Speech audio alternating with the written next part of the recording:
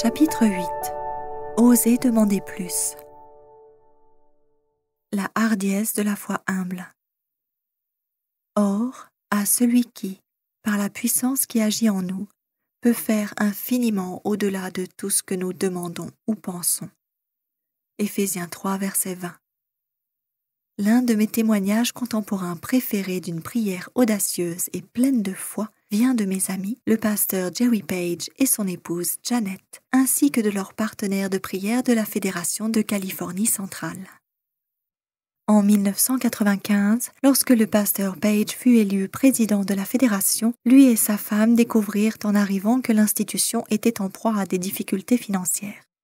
La dette de l'Institut de la baie de Monterey Bay Academy atteignait presque 2 millions de dollars et les dirigeants de la fédération envisageaient de fermer le camp meeting annuel de Soquel malgré la volonté de certains membres de maintenir cet événement.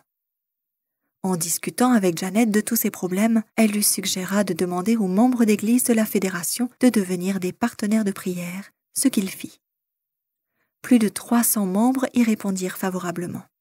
Il persuada également le comité de la fédération d'organiser un autre camp meeting au Soquel afin de voir comment la situation évoluerait et de rechercher la volonté de Dieu pour l'avenir. Le pasteur Page envoya ensuite un bulletin aux nouveaux partenaires de prière en leur demandant de prier sincèrement à propos du camp meeting à venir.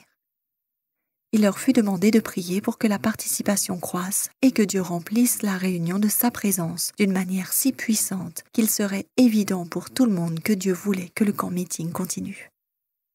Janet, croyant réellement à la puissance de la prière, fut fortement menée par le Seigneur pour commencer à recruter des partenaires de prière sur place, afin qu'ils viennent prier au bureau de la fédération pour les fardeaux et les besoins de la fédération. Avant le camp meeting de cette année-là, elle et d'autres partenaires de prière se mirent aussi à arpenter le terrain de Soquel. Peu de temps après, des merveilles se sont produites. Des camionneurs venus livrer des caravanes de location racontaient comment, en passant par la porte d'entrée, ils avaient senti quelque chose de particulier venant de cet endroit. Lorsque le camp meeting débuta cette année-là, la bénédiction divine était évidente, d'une manière nouvelle et puissante. Lorsqu'un participant entrait, il était accueilli par une autre personne avec laquelle il priait. Beaucoup affirmèrent n'avoir jamais senti la présence du Seigneur aussi fortement qu'avant. Des jeunes racontèrent qu'ils s'étaient sentis incités à venir, ce qui est précisément ce pourquoi les partenaires de prière avaient prié. La prédication fut si puissante que beaucoup s'avancèrent pour donner leur vie au Seigneur. En outre, l'offrande d'évangélisation, qui avait toujours été faible, atteignit pour la première fois l'objectif de 100 000 $. Les gens n'y croyaient pas, mais ce n'était que le début. Lors du camp meeting, les Page distribuèrent sur toutes les chaises un carton d'invitation à faire partie des partenaires des prières de la fédération. Plus de 300 personnes supplémentaires ont rejoint l'équipe de prière. Pour tenir tout le monde informé de ce pourquoi prier, on commença à envoyer des sujets de prière de la fédération tous les trimestres. Les défis de prière étaient nombreux, mais en haut de la liste figurait l'Institut de la baie de Monterey pour qu'il ne soit plus endetté et que les bénédictions divines soient expérimentées d'une manière encore plus puissante lors du camp meeting annuel de Soquel. Dieu répondit à ces deux prières de manière étonnante. En approximativement 2 ans, l'Institut s'est acquitté de ses dettes, tandis que de plus en plus de miracles se produisaient au camp meeting de Soquel. Janet et ses partenaires de prière continuèrent de se réunir chaque semaine au bureau de la fédération afin de prier.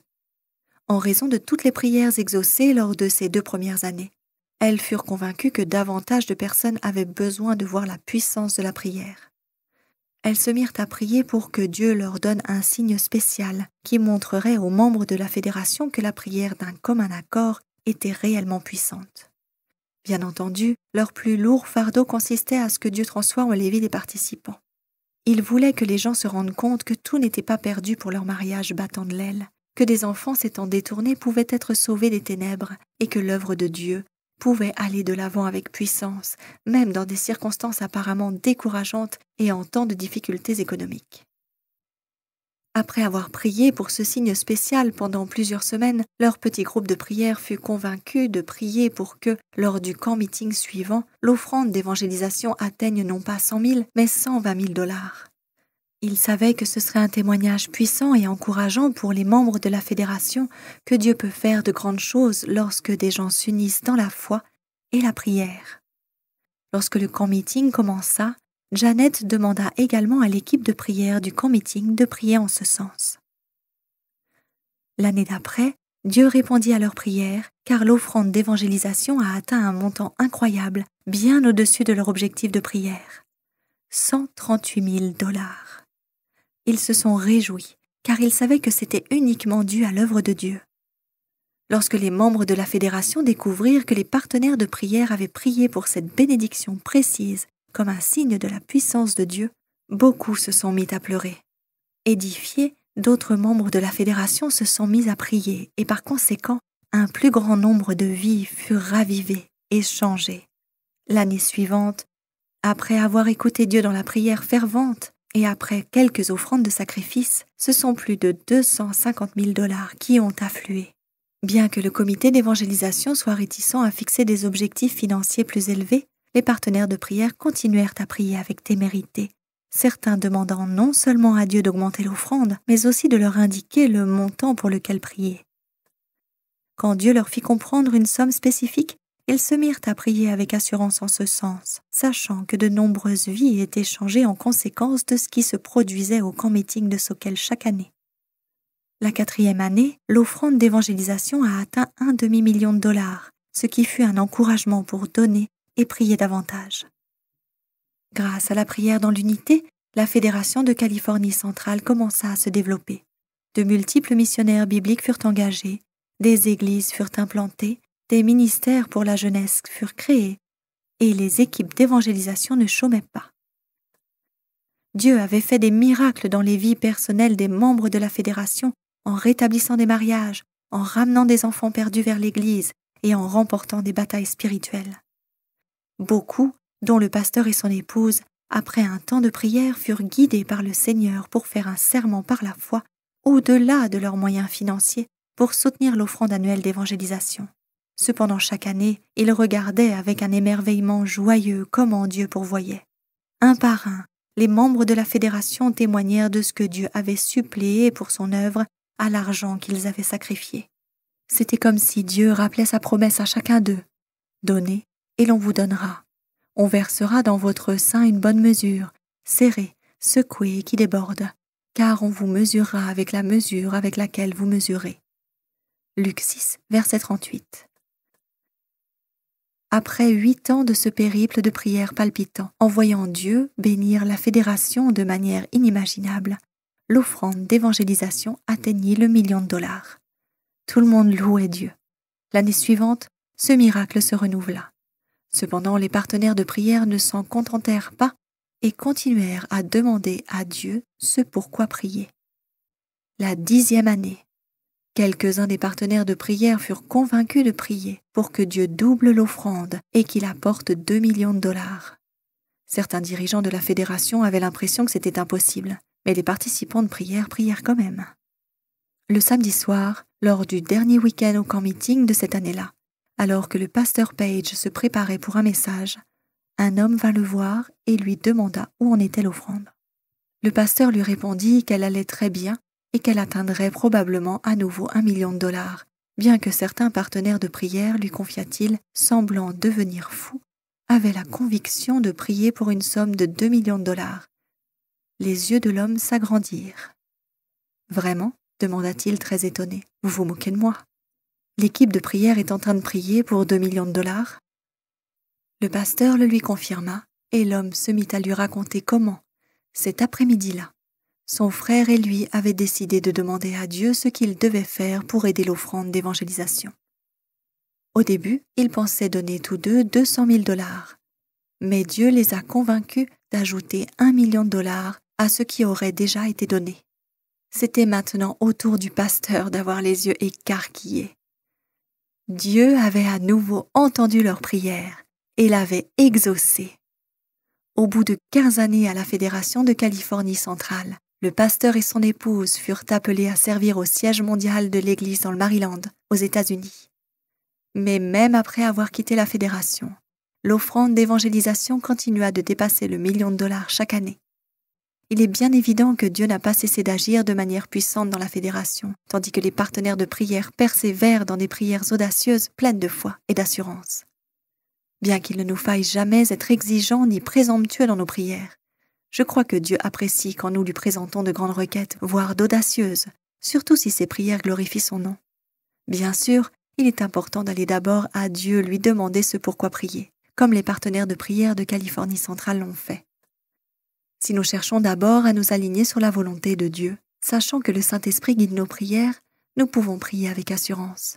Jean 15, verset 7 nous dit « Si vous demeurez en moi et que mes paroles demeurent en vous, demandez ce que vous voudrez, et cela vous sera accordé. » Imaginez ce que Dieu ferait si, au lieu d'essayer de faire toute l'œuvre par nos propres forces, nous écoutions sa voix, si nous apprenions à demeurer en lui et si nous passions du temps significatif dans la prière.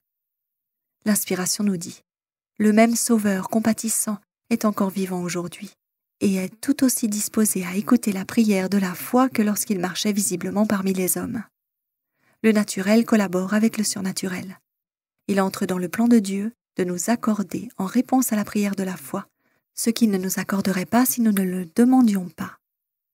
En lisant les témoignages des Page, il se peut que certains soient sceptiques et disent « C'est génial ce que Dieu a fait pour cette fédération. Des centaines, voire des milliers de personnes se sont investies. Mais qu'en serait-il pour ma petite église? Nous n'avons pas assez de membres pour prendre en charge d'autres ministères et nous arrivons à peine à récolter 200 $ par mois pour nos offrandes. Comment pourrions-nous faire quelque chose de vraiment grand pour Dieu? Comment oserions-nous demander plus à Dieu? Nous sommes si peu nombreux. » Alors laissez-moi vous raconter une histoire. La petite église qui a pu. La branche anglophone de l'église adventiste sud-coréenne de Seattle Central, dans l'État du Washington, a témoigné puissamment de la façon dont Dieu exauce les prières quand tous s'avancent ensemble dans la foi et s'attendent à de grandes choses. Martin Kim, pasteur et évangéliste de prière, partage cette histoire avec ses propres mots. En décembre, notre Église, convaincue que nous avions besoin de nous impliquer de manière plus active dans l'accomplissement de l'œuvre missionnaire, a commencé à reverser les offrandes libres au fonds des missions à l'étranger. Généralement, ces offrandes ne dépassent pas les 200 $ par mois. C'était peu, mais nous savions que cette somme suffirait pour alimenter spirituellement et physiquement les mal nourris. Après notre deuxième collecte d'environ 200 $ en janvier, j'ai entendu le sermon puissant d'un missionnaire œuvrant à l'étranger qui partageait des témoignages de la providence divine pour faire avancer l'œuvre. Je me suis senti mis au défi lorsque ce missionnaire demanda si nous aurions un jour assez d'argent pour la terminer. Non, me suis-je dit, bien sûr que non. Ni 10 millions de $, ni même 100 millions ne suffiraient. Et c'est pourquoi nous apprenions à aller de l'avant par la foi, nous confiant à Dieu aux ressources infinies pour subvenir aux besoins. En acceptant ce défi, je savais que nous ne finirions jamais cette œuvre si nous ne faisions pas un pas dans la foi, en faisant confiance à Dieu pour qu'il fasse ce que lui seul peut faire. Après tout, le Jourdain ne s'est séparé qu'après que le premier prophète ait mis ses pieds dans l'eau. Dieu veut toujours voir son peuple avancer par la foi. Je me suis donc mis à prier. « Seigneur, je veux aller de l'avant par la foi. Je veux te voir faire le genre de choses dont ce missionnaire parle. Seigneur, que veux-tu que nous fassions dans notre petite église ?» Je me suis mis à réfléchir à nos offrandes spéciales pour les missions à l'étranger. Au début, je voulais mettre notre église au défi de prier pour une offrande de 500 $. Mais je me suis dit que 500 $ n'exigeait pas beaucoup de foi. Après beaucoup de prières et de réflexions, je suis arrivée à la conclusion qu'il faudrait beaucoup de foi pour demander à Dieu une offrande de 1000 $.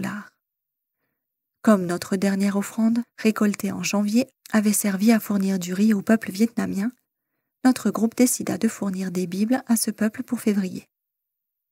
Le sabbat suivant, j'ai partagé ce défi avec les membres, leur demandant de prier pour une offrande de 1000 $ afin de donner 200 Bibles à la population du Vietnam. Chaque sabbat, et par les annonces ecclésiales hebdomadaires transmises par mail, nos membres gardaient à l'esprit de prier pour ce don particulier.